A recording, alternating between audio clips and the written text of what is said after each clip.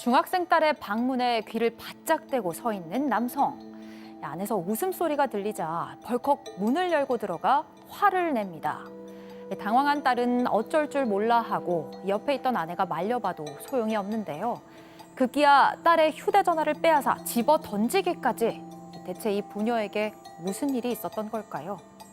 자, 중학교 1학년 사춘기 딸을 둔 어머니의 제보인데요. 이 남편과 딸의 관계가 너무너무 날이 갈수록 나빠져서 걱정인데, 자, 손 변호사님, 네. 이 원래 이 사연자의 남편은 정말 엄청난 딸바보였다면서요. 그렇습니다. 제보자는 50대인데요. 사업을 하는 지금의 남편과 결혼한 지 21년째입니다.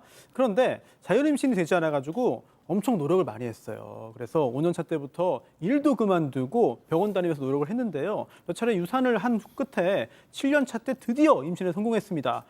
그런데 남편은 그때부터 딸이면 좋겠다라고 했는데 정말 딸인 거예요. 그래서 그걸 알게 되면서부터 모든 육아용품을 이제 공주 컨셉으로 사서 준비를 했습니다. 실제로 태어난 후에도 기저귀도 갈고 재우기도 하고 새벽에 울다가 깨도 이제 달래는 걸 또 도맡아 하기도 하고 이렇게 자상하게 아이를 잘 돌보는 남편이면 정말 걱정 없다라고 제보자가 생각을 했는데 그런데 이렇게 딸을 너무 좋아하고 예뻐하는 게 오히려 독이 됐다는 거죠. 왜요?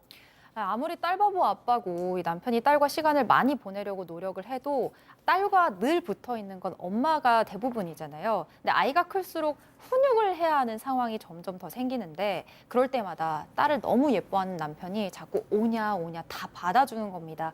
그래서 아내와 사사건건 부딪히게 됐습니다. 때로는 안 된다, 하지 마라, 혼내기도 해야 되는데 딸이 뭐 아프다, 힘들다, 싫다고 하면 그걸 다 받아주자는 거예요, 남편이. 그러다 보니까 아내는 내가 나쁜 엄마인가 싶은 생각도 들었다고 합니다. 하루는 셋이 놀이공원에 놀러 갔다가 싸운 적도 있는데요. 딸이 기념품 가게에서 자꾸 뭘 사달라고 해서 제보자가 딱 한 개만 사는 거야 라고 했대요. 그런데 남편은 언제 또 여길 같이 오겠냐, 냅둬라, 사고 싶은 거 다 사라, 이렇게 고집을 부린 겁니다.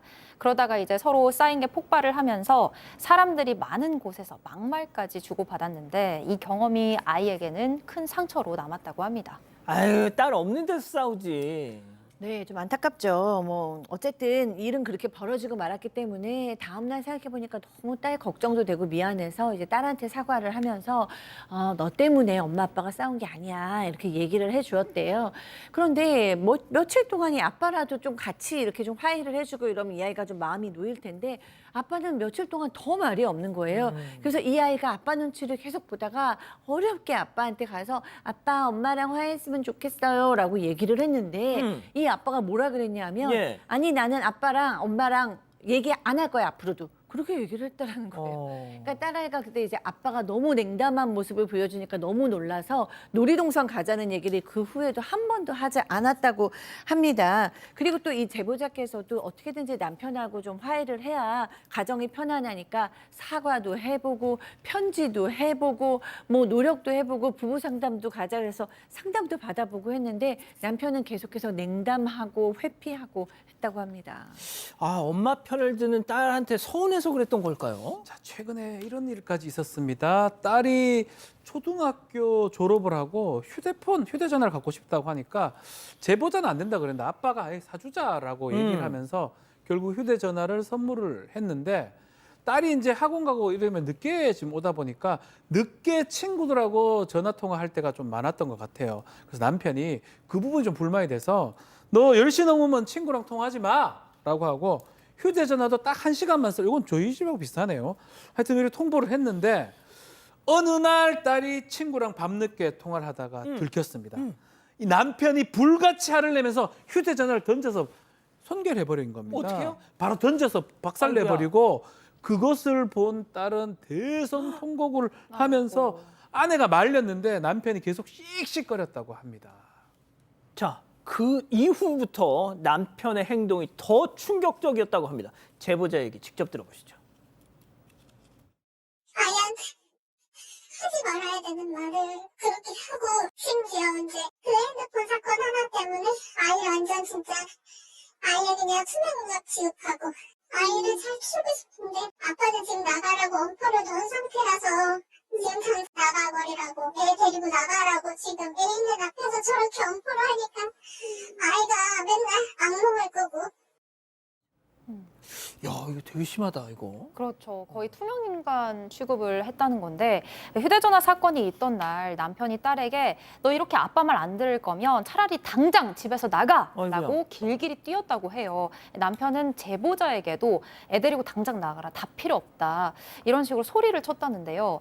일단 남편의 화를 가라앉히기 위해서 제보자가 딸에게 잘못했다고 하라고 말했고 딸이 울면서 아빠 약속 안 지켜서 죄송합니다라고 했습니다.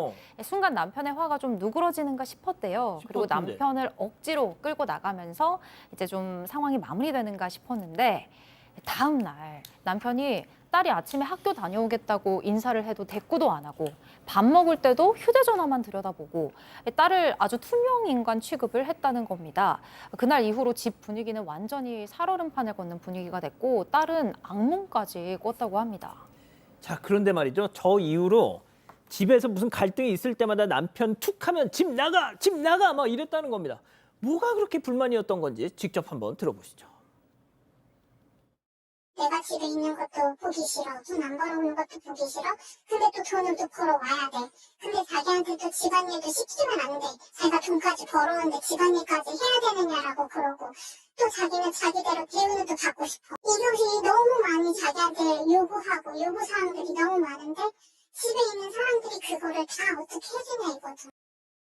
자, 손 변호사님. 네, 그 아이 훈육 문제로 갈등이 시작될 때 이 남편이 이 제보자에게 이런 말을 하기 시작했다는 거예요.